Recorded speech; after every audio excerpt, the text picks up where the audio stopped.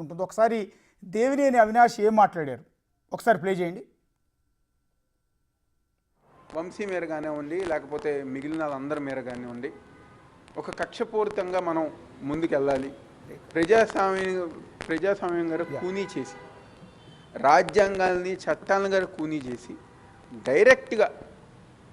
డైరెక్ట్గా తప్పుడు కేసులు, కిడ్నాపు, మర్డరు, భయపెట్టిస్తాం, బెదిరిస్తాం, తప్పుడు కేసులు పెట్టి ఉదయం ఇంటికి వెళ్ళి అరెస్ట్ చేసి ఈరోజు ముందుకు తీసుకెళ్ళడం జరుగుతుంది. తప్పకుండా దాన్ని వైఎస్ఆర్ కాంగ్రెస్ పార్టీ తరఫున మేము తీవ్రంగా ఖండిస్తున్నాం.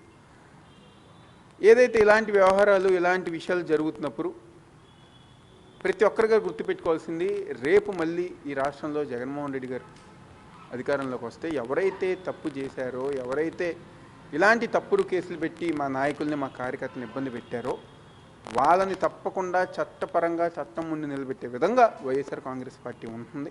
తప్పకుండా ఏదైతే ఈ తప్పుడు కేసులు ఇష్యూస్ అన్నీ గారు కోర్టు వారి గారు గమనించి మా నాయకులకి, మా కార్యకర్తలకి న్యాయం చేయాల్సిందిగా కోరుకుంటున్నాం. తప్పకుండా ఈరోజు రాష్ట్రంలో రెడ్ బుక్ రాజ్యాంగం నడుస్తుంది.